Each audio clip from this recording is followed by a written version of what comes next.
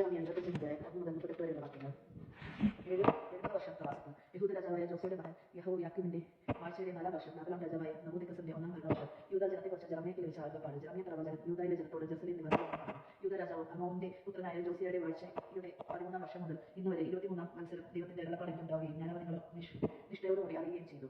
എന്നാൽ നിങ്ങൾ കേട്ടിട്ടില്ല. കർത്താവ് തന്റെ ദാസന്മാരായ പ്രവാചകന്മാരെ ഇവിടത്തെ നിങ്ങളുടെ അടുത്തേക്ക് അയച്ചെങ്കിലും നിങ്ങൾ അവരെ ശ്രമിക്കുകയോ പോലും ചെയ്തില്ല. അവൻ പറഞ്ഞു, നിങ്ങൾ ദുർമാർഗവും ദുഷ്പ്രവൃത്തിയും ഉപേക്ഷിച്ചു പിന്തിരിയുക. എങ്കിൽ നിങ്ങളുടെ പിതാക്കന്മാർക്കും നിങ്ങളുടെ കർത്താവ് പണ്ട് എന്നേക്കുമായി നൽകിയ ദേശത്ത് നിങ്ങൾക്ക് വസിക്കാം. എന്നെ ദേവന്മാരെ സേവിക്കുകയും ആരാധിക്കുകയും അരുത്. നിങ്ങളുടെ കരവേല കൊണ്ട് എന്നെ പ്രകോപിപ്പിക്കുകയും അരുത്. അപ്പോൾ ഞാൻ നിങ്ങൾക്ക് അനർത്ഥം വരുത്തുകയില്ല. എന്നാൽ നിങ്ങൾ എന്റെ വാക്ക് കേട്ടില്ല. നിങ്ങളുടെ തന്നെ നാശത്തിനായി നിങ്ങളുടെ കരവേല കൊണ്ട് എന്നെ പ്രകോപിപ്പിക്കുകയാണ് ചെയ്തത്. കർത്താവ് അരുളി ചെയ്യുന്നു. ഞാൻ സൈന്യങ്ങളുടെ കർത്താവ് അരുളി ചെയ്യുന്നു. നിങ്ങൾ എന്നെ വചനം കേൾക്കാതിരുന്നാൽ ഉത്തരദേശത്തെ വംശങ്ങളെയും ബാബിലോൺ രാജാവായ എന്റെ ദാസൻ നബൂഖദ്നേസറിനെയും ഞാൻ വിളിച്ചു വരുത്തും. ഞാൻ ഈ ദേശത്തെയും ഇതിന്റെ നിവാസികളെയും ചുറ്റുമുള്ള ജനതകളെയും വിശേഷം നശിപ്പിക്കും. ഞാൻ അവരെ ഒരു ഭീവസ്ത വസ്തുവും പരിഹാസ വിഷയവും ശാശ്വത നിന്ദാപാത്രമാക്കും. ഞാൻ അവരിൽ നിന്ന് ആനന്ദഘോഷവും ഉല്ലാസിതവും മണവാളന്റെ മണവാട്ടിയുടെ സ്വരവും തിരുകല്ലിന്റെ ഒച്ചയും വിളക്കിന്റെ വെളിച്ചവും നീക്കിക്കളയും. ഈ ദേശം നശിച്ച ശൂന്യമാകും. ഈ ജനതകൾ ബാബിലോൺ രാജാവിന് 70 വർഷം ദാസ്യവൃത്തി ചെയ്യും.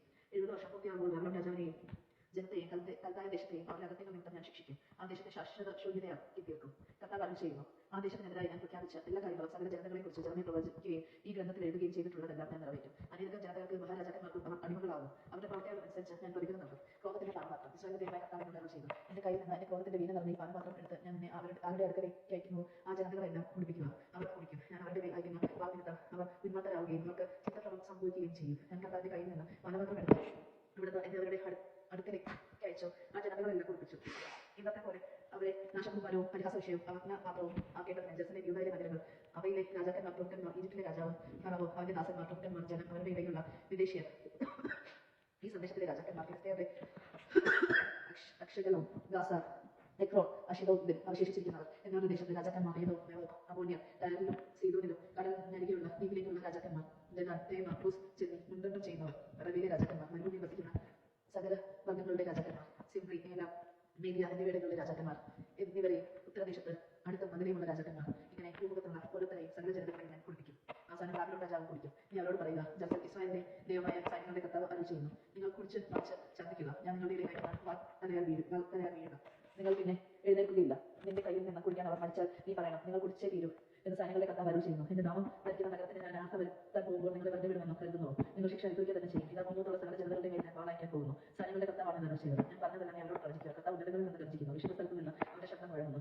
അവൻ രാജഗണത്തിനെതിരെ അവിടുന്ന് ഉച്ചത്തിൽ ഗർജിക്കുന്നു. മുന്തിരി ചവിട്ടുന്നവരുടെ അട്ടഹാസം പോലെ സകല ഭൂവാസികൾക്കും എതിരെ അവരുടെ ശബ്ദമായിരുന്നു. അവരുടെ ശബ്ദം ഭൂമിയുടെ അതിർത്തികൾ വരെ മുഴങ്ങി കേൾക്കാം. കർത്താവ് ജനങ്ങൾക്കെതിരെ കോപിച്ചിരിക്കുന്നു. അവിടുന്ന് സകല ജനപദങ്ങളെയും ഇരിക്കുന്നു. ദുഷ്ടരെ അവിടുന്ന് മാളവിലയാക്കി. കർത്താവ് അരുളി ചെയ്യുന്നു. സൈന്യങ്ങളുടെ കർത്താവ് അരുളി ചെയ്യുന്നു. ഇത് അവിടുത്തെ ജനതകളിലേക്ക് വ്യാപിക്കുന്നു. ദികളിൽ നിന്ന് ഭീകരമായ കൊടുങ്കാറ്റ് പുറപ്പെടുന്നു. ആ ദിവസം കർത്താവ് വധിച്ചവർ ഭൂമിയുടെ ഒരറ്റം മുതൽ മറ്റേ വരെ ചിതറിക്കിടക്കും. ആരെ അവരെ ഒന്ന് വിലപിക്കുകയോ അവരെ എടുത്ത് സംസ്കരിക്കുകയോ ചെയ്യുകയില്ല. വയലിൽ വളം വിതറിയതുപോലെ അവർ കിടക്കും. ഇടയന്മാരെ അലമുറയിട്ട് നിലവിളിക്കല്. അജപാലകരെ ചാരത്തിൽ കിടന്നു ഉരുളവി. നിങ്ങളുടെ വധദിനം വന്നിരിക്കുന്നു. കൊടുത്ത ആടുകളെ പോലെ നിങ്ങൾ കൊല്ലപ്പെടും. ഇടയന്മാർക്ക് ഓടി ഒളിക്കാനോ അജപാലകർക്ക് രക്ഷപ്പെടാനോ ഇടം കിട്ടുകയില്ല. ഇതാ ഇടയന്മാർ നിലവിളിക്കുന്നു.